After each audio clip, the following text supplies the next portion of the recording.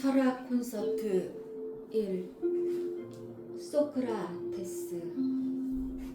철학하는 일을 그만두라.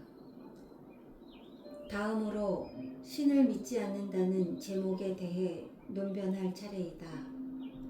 어떤 사회든 사회 구성원의 의식을 하나로 묶고 이끌어주는 공통의식 혹은 이념이 있다.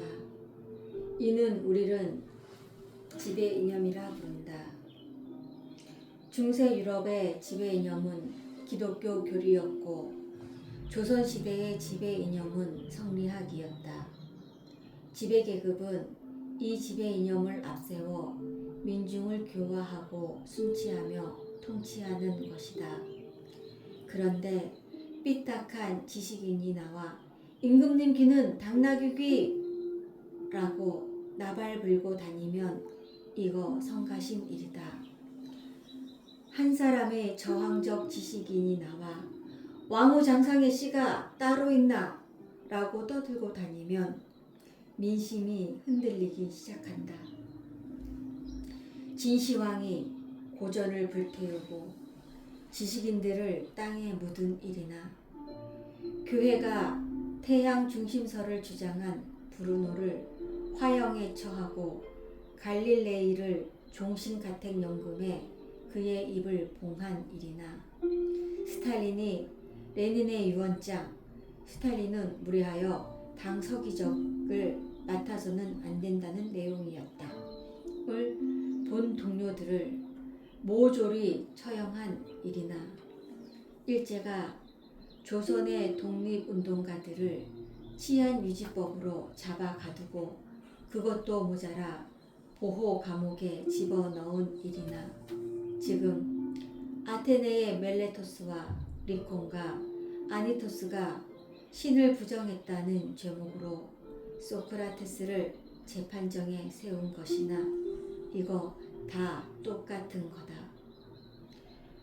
이렇게 가슴속에 품은 신념 하나 때문에 권력의 탄압을 받는 이들을 우리는 사상범이라 부른다. 사상범은 자법과 달리 자신의 생각 때문에 탄압받는 사람들이다. 남의 물건을 훔친 것도 아니고 누구를 해코지한 것도 아니고 다만 지배자들이 풀고 다니는 노가리와 다른 생각을 갖고 있다는 것 하나 때문에 고통을 당하는 사람이다. 사람이 의미 있는 새로운 사상을 발견할 경우 이 사상을 숨기는 것은 매우 고통스럽다. 관습적으로 반복되는 생각, 일상적으로 되풀이되는 생활 양식이 아닌 새로운 생각, 새로운 생활 양식을 발견한 사람은 어떤 방식으로든 이 천기를 누설하게 된다. 책을 써서 펴내든 유인물을 찍어 돌리든 상징적 비유로 시를 쓰든 새로운 사상은 인간의 소통을 요구한다. 그렇게 해서 집권자들에게 붙들리는 것이고 체포와 고문과 구속의 고통을 당하는 것이다. 그런데 지배층에게 사상범은 자법과 달라서 생각만 바꾸어주면 된다. 내가 지닌 사상이 실은 오류였음을 자백하는 전향서 한 장만 써주면 무죄가 된다. 소크라테스는 무신론자냐 유신론자냐 무엇이 진실이냐. 만일 소크라테스가 무신론자였다면 소크라테스에게 사형을 언도하는 것은 당연한 일이다. 물어보나 마나이다. 사형을 결정한 아테네 시민의 양심은 편안했을 것이다. 만일 소크라테스가 무신론자였다면 이 고집쟁이 영감은 끝끝내 신은 존재하지 않음을 주장했을 것이다. 교회의 재판정 앞에서는 성경의 말씀을 순순히 따르겠다고 서약해놓고 재판정의 문을 나가면서 그래도 지구는 돈다 라고 읊조린 갈릴레이와 소크라테스는 크게 달랐다. 소크라테스는 이성적 사유의 정당성을 확신한 인물이고 이성적 사유의 가르침대로 산 인물이다. 실제로는 무신론자이면서 목숨을 구하고자 신은 존재한다라고 말할 인물이 아니었던 것이다. 소크라테스는 유신론자였다. 제자 플라톤을 보면 안다. 플라톤은 그의 대적 국가를 저술하면서 모든 논지를 신의 완전함에 끌어낸다. 제자가 유신론자였다면 스승도 유신론자였던 것이 확실하다. 그렇다면 멜레토스는 무슨 근거로 소크라테스를 무신론자라고 고소했던가?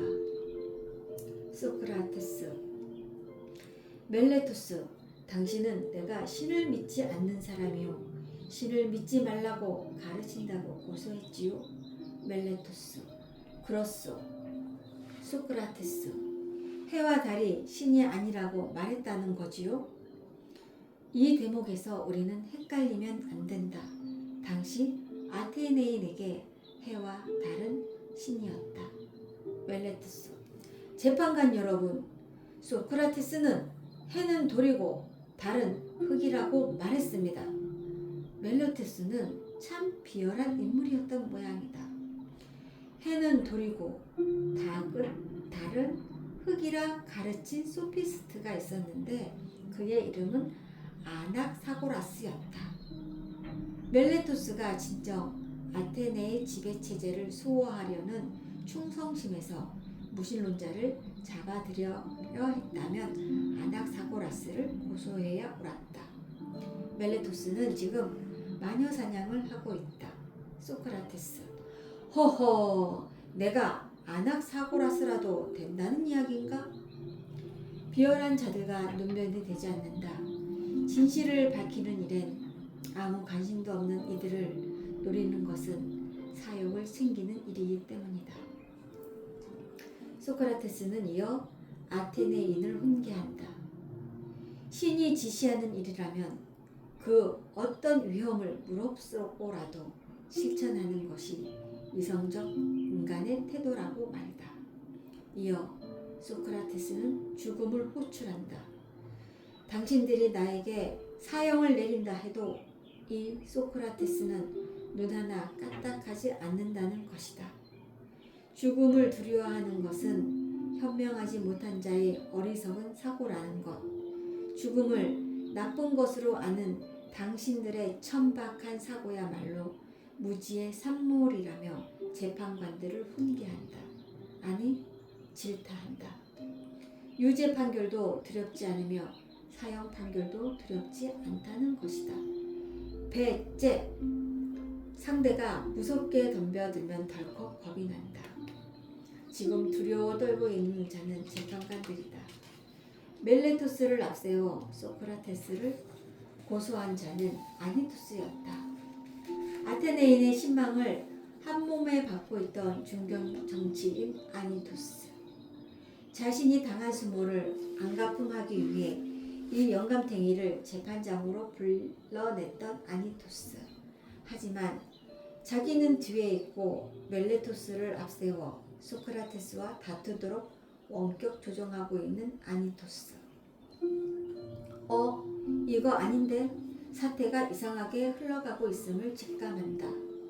이런 재판을 보러 온 것이 아니었는데 재판정에 서면 피고인은 양처럼 온순해진다. 공손하게 고개 숙인 채 때로는 없는 눈물이라도 흘려가며 제발 살려달라고 발바닥이 손바닥 되도록 빌고 읍소하는 것이 피고인의 자세이다. 죽어도 상관없다며 달려드는 소크라테스를 보면서 사태가 꼬이고 있음을 직감한다. 너무 나가는 것이다. 사태의 흐름을 읽는 것은 정치인의 동물적 직감이다. 정치인은 정치인이다. 지금이 때다. 영감에게 살 길을 열어주자. 나서야 한다. 나서서 발언하자. 일어서는 아니토스. 아니토스, 소크라테스여, 제발 철학하는 일만 그만두라. 그러면 무죄로 하겠다. 철학하는 일을 그만두라. 그러면 무죄로 하겠다. 500명의 배심원이 보는 앞에서 아니토스는 자신의 본심을 토로해버렸다. 불경죄도 청소년을 타락시킨 죄도 다 껍데기였다. 아니토스가 불쾌하게 여긴 소크라테스의 죄는 철학하는 일이었다. 철학하는 일을 그만둔다면 무죄라는 것입니다. 이게 뭐냐? 지금 아니토스는 무죄 방면이라는 미끼로 한 철인의 양심을 흔들고 있다. 흥정하자는 것이다. 이어서 소크라테스, 타협할까? 아니토스는 몰라도 너무 몰랐다. 사익보다 소중한 것, 명예보다 소중한 것, 목숨보다 소중한 가치가 따로 있음을 몰랐던 것이다. 범인은 아니토스였다. 아니토스의 제목은 무고죄. 착하고 깨끗하고 진실하게 살아가는 한 철학자를 엉뚱한 제목으로 엮고 배심원들을 매수하여 독배를 들도록 음모한 것이다. 철학하는 일만 그만두라. 그러면 무죄로 하겠다. 이게 뭐냐? 이제 남은 일은 소크라테스의 담담한 충원이다. 소크라테스, 아테네인이여, 나는 여러분을 사랑합니다. 그러나 나는 여러분에게 복종하지 않습니다. 나는 신에게 복종합니다. 나는 내 목숨이 붙어있는 한 진리를 사랑할 것이며 여러분에게 충원하는 일을 그만두지 않을 것입니다. 아침이면 일어나 광장에 나가서 젊은이들과 이야기하는 오랫동안 내가 해오던 일을 버리지 않을 것입니다.